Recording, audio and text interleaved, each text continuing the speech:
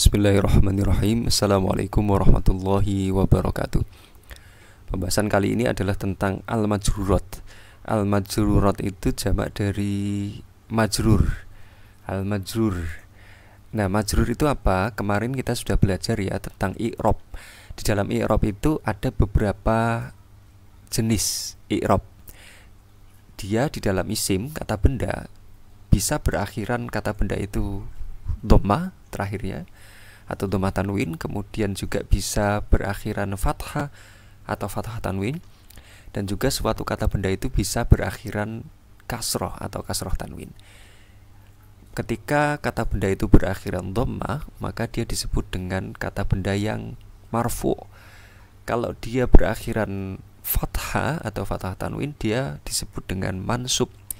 Kalau berakhiran kasroh atau kasroh tanwin disebut dengan majrur. Nah, majrurat ini adalah bagian dari itu. Ketika sebuah kata di dalam bahasa Arab itu berakhiran kasroh, harokat defaultnya, harokat aslinya. Meskipun nanti sambil berjalan kita akan menemukan bahwa harokat asli ini terkadang berubah, tidak dengan kasroh tetapi dengan harokat yang lain gitu. Nah, jar itu apa sih? Jar itu adalah salah satu di antara tiga macam i'rab di dalam isim, di dalam kata benda. Nah, di mana kalimah atau kata yang berhukum jar disebut dengan majrur, dan inisial atau harokat akhirnya defaultnya adalah kasroh. Kapan isim itu majrur? Nah, kita lewati sebentar ya. Kita masuk ke sini dulu. Tanda asli dari majrur itu kan kasroh, tapi di beberapa keadaan tanda asli itu berubah menjadi tanda alternatif atau tanda fara', tanda cabang. Bisa suatu isim itu berharokat kasroh aslinya berubah menjadi harokat ya, tetapi posisinya majrur, harusnya berharokat kasroh, tetapi di penampakannya harokatnya justru ya. Nah, ada juga penampakannya fathah, padahal aslinya harusnya kasroh. Ada juga penampakannya nanti kasroh muqaddaroh, biasanya karena ada huruf illah itu. Seharusnya dia kasroh nampak, tetapi kasrohnya muqaddaroh, kasrohnya tersembunyi karena ada huruf illah di situ. Nah, tiga ini adalah harokat fara', harokat alternatif, harokat turunan dari majrur selain kasroh. Baik, kapan isim itu berhukum majrur? Di sini paling tidak kita akan ketemu dua keadaan. Jadi isim ketika dia menjadi salah satu di antara dua keadaan ini, maka dia majrur. Meskipun nanti ketika pembahasan level-level berikutnya kita akan memahami bahwa tidak hanya keadaan ini yang mengharuskan sebuah isim itu menjadi majrur. Nanti ada keadaan-keadaan yang lainnya. Paling tidak kita mengenal dua keadaan ini dulu.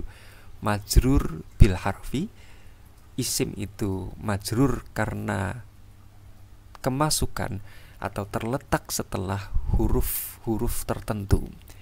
Atau keadaan kedua, isim itu majrur karena posisinya sebagai mudhof ilaih. Mudhof ilaih itu apa? Mudhof ilaih adalah pembahasan dari idhofah. Idhofah itu apa? Singkatnya, idhofah itu adalah dua kata benda yang ketika digabungkan, maka dua kata benda itu tidak saling mensifati, tetapi justru menjadi satu makna yang baru. Tidak bermakna makna yang pertama, kata benda pertama, tidak juga bermakna kata benda yang kedua, tetapi menghasilkan makna unik yang tidak bermakna keduanya.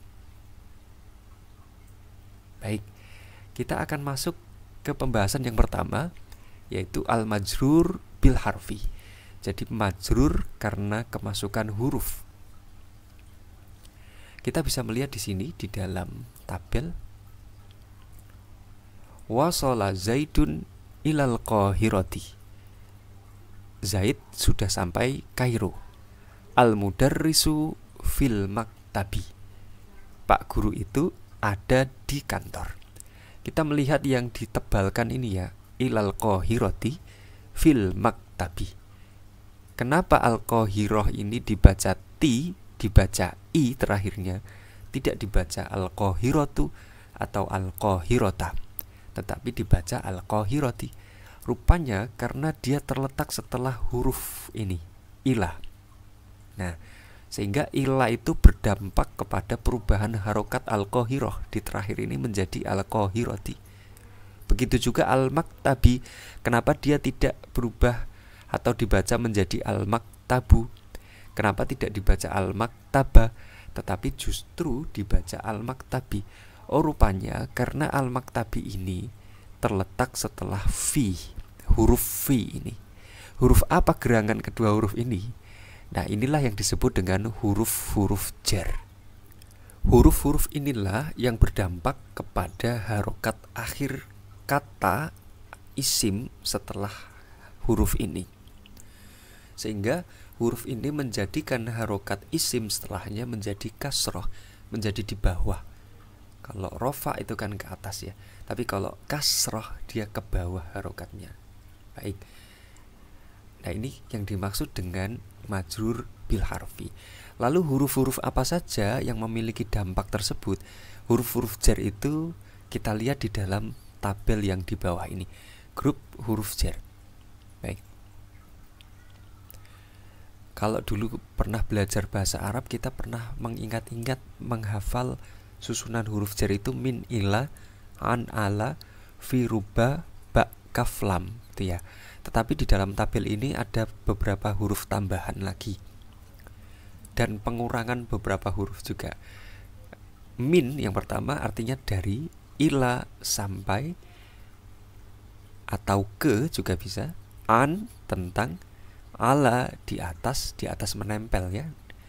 Berbeda dengan fauqa. Kalau kita pernah mendengar fauqa itu di atas tetapi tidak nempel ke bendanya.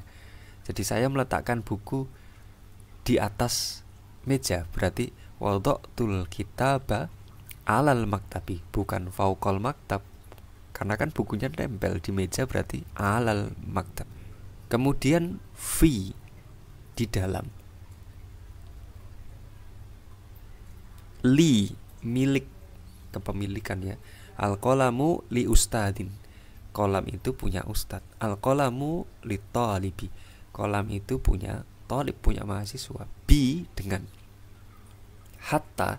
Nah, hatta ini ada kontroversi ya. Hatta ini ada perbedaan pemakaian di antara para ahli bahasa.